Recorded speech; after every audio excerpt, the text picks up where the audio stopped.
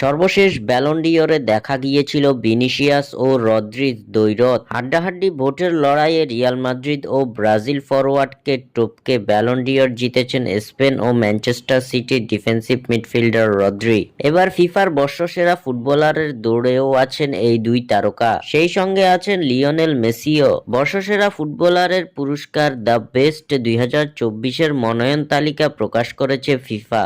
এই পুরস্কারের জন্য সর্বমোট 11 জন ফুটবলার মনোনয়ন পেয়েছেন। ফিফার প্রকাশিত এই তালিকায় রিয়াল মাদ্রিদ থেকেই আছে সর্বোচ্চ 7 জন। সর্বশেষ 2 বছর সহ মোট 4 বার ফিফার বর্ষসেরা দ্য বেস্ট পুরস্কারটি জিতেছেন লিওনেল মেসি। এছাড়া এই পুরস্কারটির মনোনয়ন তালিকায় প্রতিবারই ছিলেন আর্জেন্টাইন অধিনায়ক। The best FIFA men's player তালিকায় যারা আছেন তারা হলেন Jude Bellingham, Dani Carvajal, Erling Haaland, Toni Kroos, Kylian Mbappe, Lionel Messi, Rodri, Federico বালবা।